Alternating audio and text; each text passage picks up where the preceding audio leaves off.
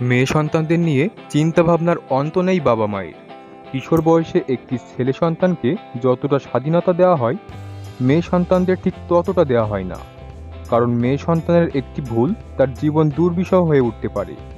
তাই যতটা সম্ভব বাবা মায়েরা মেয়ে সন্তানের প্রতি একটু বেশি সচেতন হয়ে থাকেন। সুপ্রিয় দর্শক, আজকে আমরা অদ্ভুত রীতিনীতি প্রচলিত আদিবাসী কিরাং আদিবাসী সম্পর্কে আদ্যোপান্ত জেনে নেব মায়াজাল বিশ্বের এই পর্বে। নিয়মিত ভিডিও পেতে অবশ্যই সাবস্ক্রাইব করুন মায়াজাল বিশ্ব। উত্তর পূর্ব কম্বোডিয়ার রতনগিরি প্রদেশের কিরাং বাবা মায়েরা তাদের মেয়ে সন্তানদের জন্য একটি ভিন্ন মতাদর্শে বসবাস করে থাকে।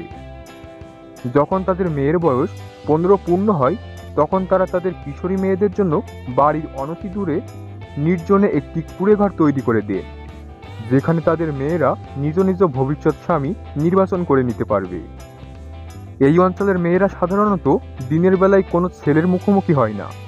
সন্ধ্যা হতেই তারা তাদের কুঁড়ে ঘরে চলে যায়, আর তখনই নামে ছেলেদের ঢল। ছেলেরা একটি মেয়ে পছন্দ করে মেয়েটির কুঁড়ে ঘরে প্রবেশ করে। তখন চলে ছেলে মেয়ের মাঝে আলাপন। মেয়েটি বুঝে নিতে চেষ্টা করে যে ছেলেটির সাথে সে তার সংসার জীবন শুরু করতে পারবে কিনা।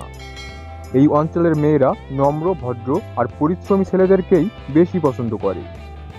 মেয়েটির যদি মনে হয় সে তার মনের মতন ছেলে খুঁজে পেয়েছে, আর ছেলেটিও যদি মেয়েটিকে পছন্দ হয়, তবে তারা একত্রে সেই কুঁড়ে ঘরে রাত্রি যাপন করবে। সকাল হতেই সবার অলক্ষ্যে ছেলেটি মেয়ের ঘর থেকে বের হয়ে আসে, আবার সন্ধ্যা হতেই মেয়েটির ঘরে ফিরে আসে। এভাবে কিছুকাল চলার পর তারা বিবাহ বন্ধনে আবদ্ধ হয়। কিশোরী সন্তানের বাবা মায়েরা অনেক বিষয়ে উদ্বিগ্ন হয়ে পড়েন: অপরিকল্পিত গর্ভধারণ, যৌন সহিংসতা ও বিমিশ্রতা। অভাবিতভাবে কোনো মেয়ে অন্তঃসত্ত্বা হলে ছেলেটির আর মেয়ের পরিবার তা মেনে নেয় আর সত্ত্বর বিয়ের ব্যবস্থা করে থাকে।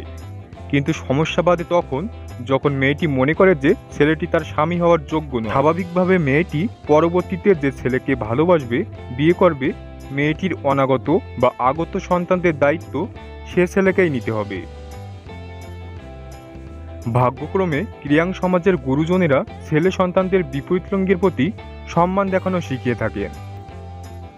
সাধারণত বাবা মায়েরা তাদের সন্তানদের যৌন বিষয়ক কোনো শিক্ষা দেয় না, তবে প্রকৃতিগতভাবে তাদের সংস্পর্শে আসার শিক্ষা দিয়ে থাকেন, আর তাদের ভালো মন্দ বিচার করার পরামর্শ সর্বোপরি অধিকার দিয়ে থাকেন।